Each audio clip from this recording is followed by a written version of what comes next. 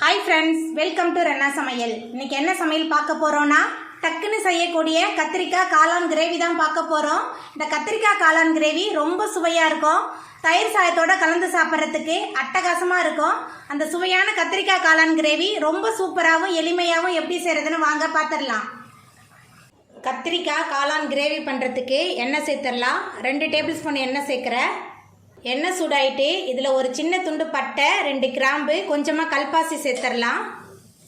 அதுக்கப்புறமா பொடியாக நறுக்கின 15 சின்ன வெங்காயம், 3 பச்சை மிளகாய், 2 தக்காளி பழம், கொஞ்சமாக கருவேப்பிலை எல்லாத்தையும் சேர்த்துட்டு நல்லா வதக்கிடலாம்.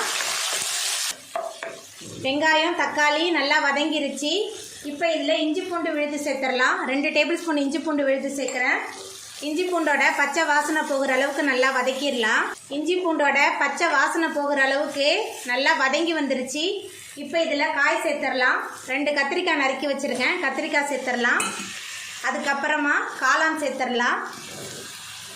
சேர்த்துட்டு நல்லா வதக்கிடலாம். நம்ம சேர்த்த காளான் கத்திரிக்காய் ரெண்டுமே நல்லா வதங்கணும், நல்லா வதக்கிடலாம்.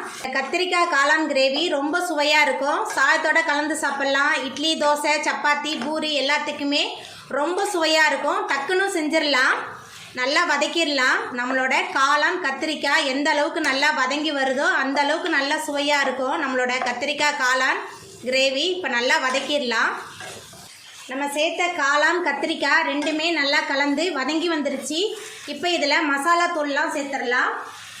குழம்பு மிளகாய்த்தூள், கரம் மசாலா, மஞ்சத்தூள் சேர்த்துக்கிறேன். உங்களோட சுவைக்கேற்ப நீங்கள் சேர்த்துக்கோங்க.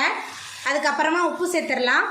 உப்பு சேர்த்துட்டு மறுபடியும் எல்லாத்தையும் நல்லா வதக்கிடலாம். மசாலா நம்ம சேர்த்த காய்கறிலாம் நல்லா கலந்து வரணும், நல்லா வதக்கிடலாம். நம்ம சேர்த்த மசாலா காயெலாம் நல்லா கலந்து வதங்கிருச்சு. இப்போ இதில் தண்ணி சேர்த்துக்கலாம்.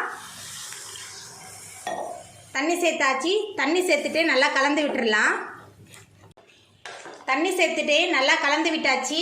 இப்போ ஒரு மூடி போட்டு வேக வச்சிடலாம். கத்திரிக்காய் காளான் ரெண்டுமே நல்லா கலந்து வெந்து வரட்டும். கத்திரிக்காய் காளான் ரெண்டுமே சூப்பராக வெந்து வந்துருச்சு. நம்மளோட சுவையான கத்திரிக்காய் காளான் கிரேவி சூப்பராக ரெடி ஆகிட்டு இப்போ நம்ம மேலால் கொஞ்சமாக கொத்தமல்லி தழை தூவிடலாம். கொத்தமல்லி தழை தூவிட்டு நம்ம அடுப்பு ஆஃப் பண்ணிடலாம். அவ்வளோதாங்க, நம்மளோட அட்டகாசமான கத்திரிக்காய் காளான் கிரேவி டக்குன்னு ரெடி ஆகிட்டு. இந்த சுவையான கத்திரிக்காய் காளான் கிரேவியை நீங்களும் உங்கள் வீட்டில் செஞ்சு பாருங்கள். இந்த வீடியோ உங்களுக்கு பிடிச்சிருந்தா லைக் பண்ணுங்கள், ஷேர் பண்ணுங்கள், கமெண்ட் பண்ணுங்கள், சப்ஸ்கிரைப் பண்ணுங்கள். அப்படியே பக்கத்தில் உள்ள பெல் பட்டனை கிளிக் பண்ணிடுங்க. நன்றி.